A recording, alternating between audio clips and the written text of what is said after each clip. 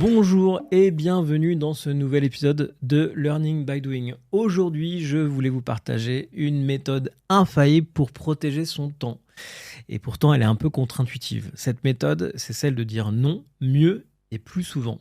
Je voulais vous partager aujourd'hui 3 conseils pratiques pour dire non et faire progresser vos collègues. Alors, ce qu'il faut savoir avant tout, et ça vous étonne peut-être que je parle du non, c'est vrai que dire non, c'est pas quelque chose de naturel. Pourquoi ? Parce qu'on a souvent la peur d'être jugé. Et c'est vrai que c'est pas agréable de demander quelque chose et de s'entendre opposer un refus. On y est peu habitué. C'est une question de convention, de statut et puis peut-être même d'éducation.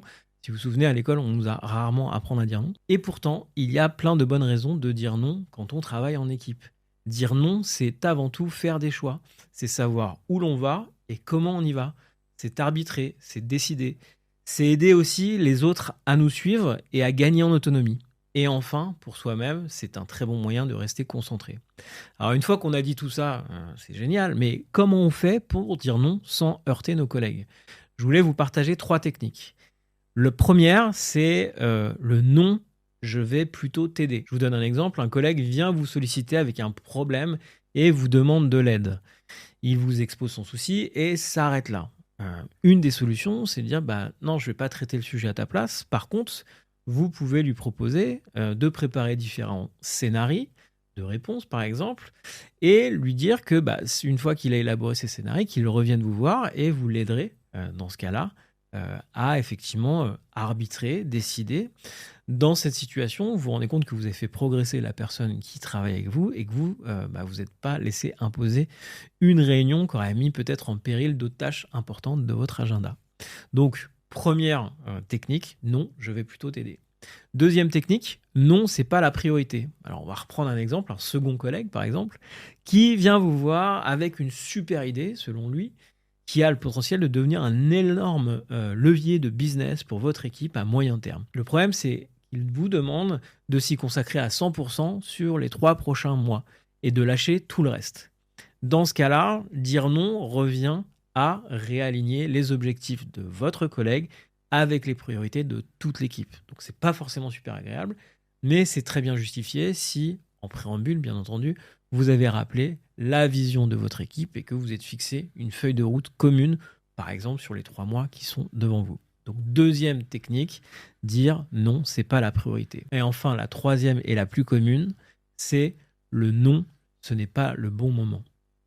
Ce matin, par exemple, vous êtes en télétravail, ça tombe bien parce que vous avez prévu d'avancer sur un dossier qui traîne depuis 2 semaines, il est 9h52 et vous recevez un SMS de votre boss qui vous dit « Je vois monsieur X à 10h, j'aimerais que tu te joignes à nous en visio ».